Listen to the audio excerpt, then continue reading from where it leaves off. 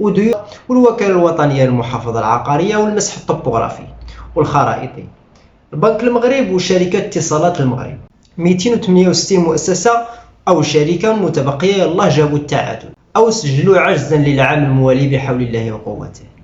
فين وكيفاش وعلاش ووقتاش مشات ديك 6560 مليار سنتيم ديال دعم المؤسسات المالية، وعلاش أصلا أغلبية تلك الكيانات تسجل عجزا وديونا دائمة.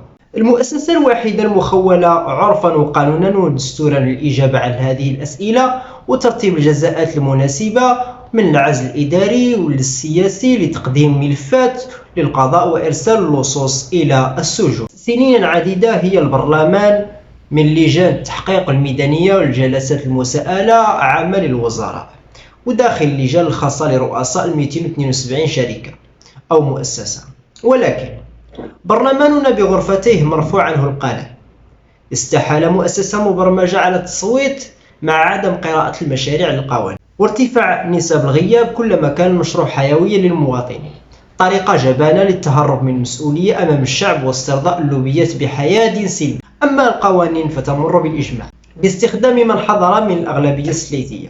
حتى المعارضة الواحد أو اثنان من البرلمانيين الأغلبية الذين ليس في بطونهم عاجل لا يطرحون ولا يحققون ولا يحاسبون الوزراء سياسيا أو بالأرقام الكبيرة، إلى طاروا قاع ينثرون التنقنقات حول غلاء الخضر واختفاء اللحوم أو السؤال عن طبيب متغيب عن أحد مستوصفات الحومة. نهار نكونوا كشعب قادر أنه يفرز مترشحين أكفاء سياسية ويصوت عليهم بوعي سياسي ويعرف أن البرلمان هو صانع حياة المواطن من ثمن الخبزة ومن البيضة حتى الدستور والقوانين الجنائية والمدنية.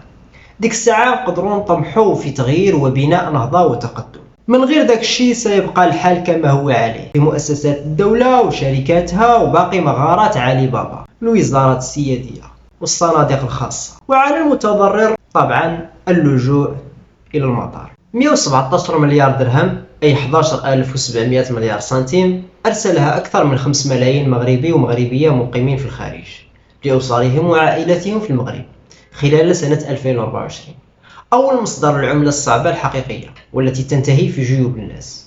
الرقم في ازدياد سنويا رغم أزمة كورونا وما تبعها من الأسباب، فبالإضافة إلى كرم وحب وتعلق الجالية بأحبابهم في الوطن، وهنالك انهيار متواصل للقدرات الاقتصادية للمواطنين في الداخل. مئات الآلاف من الفلاحين المعتمدين على الأمطار انضموا لقافلة العطلة أو الصعوبة في إكمال الموسم. عشرات الآلاف أسر في الشمال توقفت أنشطتها بعد منع التهرب المعيشي. 17,000 مقاولة صغيرة جدا أفلست، وآلاف الشركات الأخرى أوقفت نشاطها بفعل صعوبة المناخ الاقتصادي، الضرائب 35% والشركات الكبرى معفية، وارتفاع تكاليف الطاقة الزبونية والمحسوبية في نيل الصفقات العمومية، طول مدة الحصول على المستحقات في الأوراش الحكومية الكبرى وغيرهم الكثير. النتيجة العطلة التي كانت تقلقنا ب 8 أو 9 و10% قفزت ل 23%، وما خفية كان أعظم.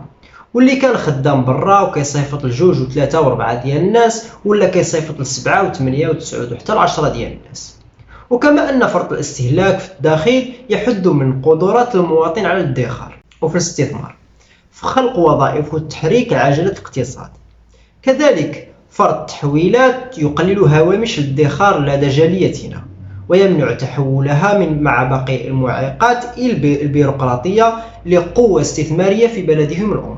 ارتفاع تحويلات عمالتنا بالخارج ليس دائما مصدر فخر وتباهي، قد يتحول في نقطة معينة لمؤشر فشل الدولة وسلبية الحكومة تترك الشطر الأكبر من مواطنيها معتمدين على معونات عائلتهم الآتية من دول أجنبية.